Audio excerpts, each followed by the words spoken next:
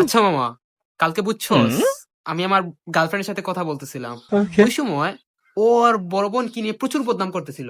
তখন আমি বললাম, তোর বড় বোন যেহেতু এত খারাপ, তার মানে তুইও খারাপ। এখন মামা ওইটা বইলে এখন কথা বলা বন্ধ করে ফেলছি। এখন কি আমি ওর সাথে ব্রেকআপ করব নাকি করব না? শুন মামা, আমি তো আর্টস এর স্টুডেন্ট, এই সম্পর্কে আর্টস কি বলে আমি তোকে বুঝাই। সেই 1902 সালে 5 অক্টোবর জন্মগ্রহণ করা বেগম রোকেয়াকে তো আমরা সবাই চিনি। হ্যাঁ চিনি তো। আমরা বেগম রোকেয়াকে ঠিকই চিনি, কিন্তু তার যে একটা বোন আছে ওইটাকে আমরা জানি।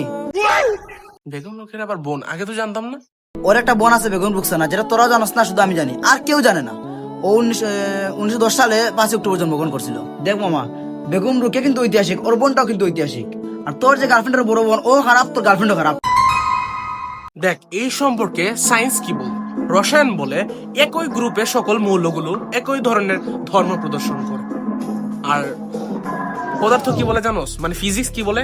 ফিজিক্স বলে এই যে এই বিন্দুটা আছে, বি বিন্দু আছে না, এই যে এ থেকে বি বিন্দু পর্যন্ত এবং সি থেকে বি বিন্দু পর্যন্ত দুটোটাই কিন্তু এই বি বিন্দুকে অতিক্রম করেছে। সুতরাং এই দুইটার সাথে কিন্তু এই বি বিন্দুটা কানেক্টেড আছে। তুই কি বুঝতে পারছস? আবার বায়োলজি কি বলে?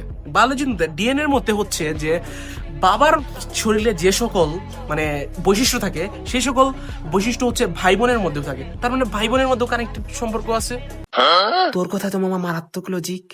তার মানে কি, ভাই বোন অর্থাৎ দুই বোনের মধ্যেও সেম ধরনের বৈশিষ্ট্য আছে। সুতরাং ওরও চরিত্রের সমস্যা আছে, ওরও চরিত্রের সমস্যা আছে। তুই একবারে সঠিক কাজটাই করছস মামা। আচ্ছা মামা শোন, ওরা তো তোর অনেক কিছু দিয়ে বুঝালো, এখন আমি তোকে একটা সোজা কথা বলি, ইসলাম কি বলে শোন। আল খাবিসাতু লিল খাবিসিন আল খাবিসুনা লিল খাবিসাত ওয়াত তাইয়িবাতু লিত তাইয়িবিন ওয়াত তাইয়িবাতু লিত তাইয়িবাত। এটার মানে কি মামা? এটার মানে কি এখন তোকে আমি বলবো না। আচ্ছা শোন, ছোট একটা কথা বলি, মা খারাপ মানে মেয়ে খারাপ, বড় বোন খারাপ তো ছোট বোন খারাপ। তো তুই যা করছিস একদম সঠিক কাজই করছিস। শোন মামা, সবাই তো সবার বিভাগ নিয়ে কিছু কিছু বললি, এখন আমি আমার কমার্সের বিষয় নিয়ে একটু যুক্তি দিই। দেখ, একটা মানুষ যদি ওর বড় ভাই যদি ব্যবসায়ী হয়, তাহলে ওর ছোট ভাই ব্যবসায়ী হওয়ার চান্সেস সব থেকে বেশি থাকে। বেশি থাকে না, এটা অনেক রে। আর আমি অনেক ক্ষেত্রে এগুলা দেখছি যে বড় ভাইও ব্যবসায়ী, ছোট ভাইও ব্যবসায়ী। তার মানে ওর বড় বোন যদি খারাপ হয়, তার মানে ছোট বোন খারাপ হওয়ার চান্সেস সব থেকে বেশি। দেখ মামা, আমাদের সবার মতামত নিয়ে যুক্তি কিন্তু একটাই হলো, সত্যি ব্রেকআপ করে ফেল, ভালো হবে। Hello, breakup.